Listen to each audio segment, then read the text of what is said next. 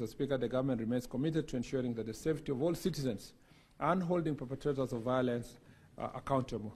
We continue to work closely with law enforcement agencies, intelligence units, and community stakeholders to mitigate politically instigated violence and uphold the rule of law. I thank you, Mr. Speaker. Honorable Boni, do you have any supplementary question? Yes, Mr. Speaker. Mrs. Cut out for him. As a former colleague in this House, I believe the minister wants to succeed, and we're going to support him.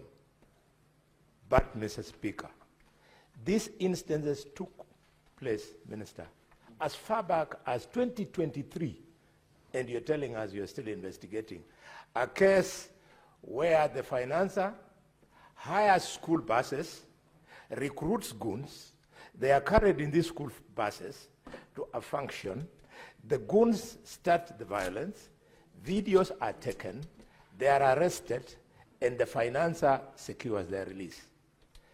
For your information, Mr. Speaker, the financer is the governor of Kakamega. Why is the government shielding a criminal who is promoting this violence?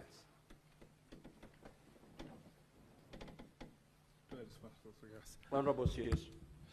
Thank you, Mr. Speaker. As I made it very clear, is that, Mr. Speaker, in some instances, why nothing has happened from 2023, the victims are running away from the case.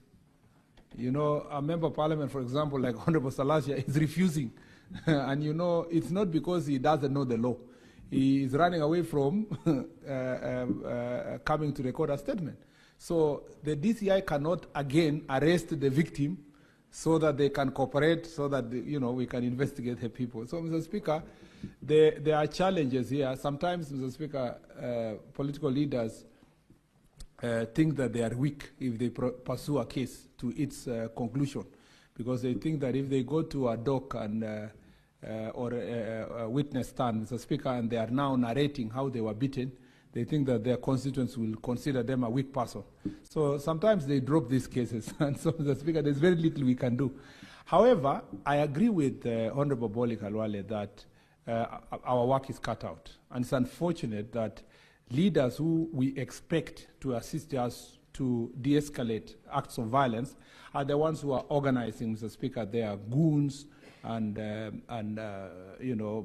so-called bouncers, Mr. Speaker, to public functions, making it very difficult. You know, when we were in the Jukwala of Salama in Kakamega, the county security team are saying they dread when they hear that there is a high-profile funeral by maybe a senior person like the chief that happened in the former chief that happened in Matungu, because they know that that weekend will be very difficult in terms of deploying so many officers to one function. So, Mr. Speaker, we agreed that it is important for us leaders to escalate this behavior. Here before this House that Honorable Governor Barasa was involved in any way. Mr. Speaker, as the DCI said that the investigations are still ongoing, we'll stand with that.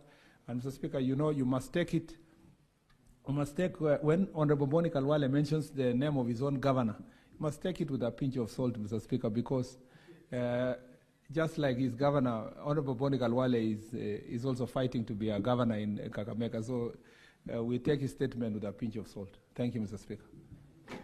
Senator Fomeru, you may proceed to ask question number 072.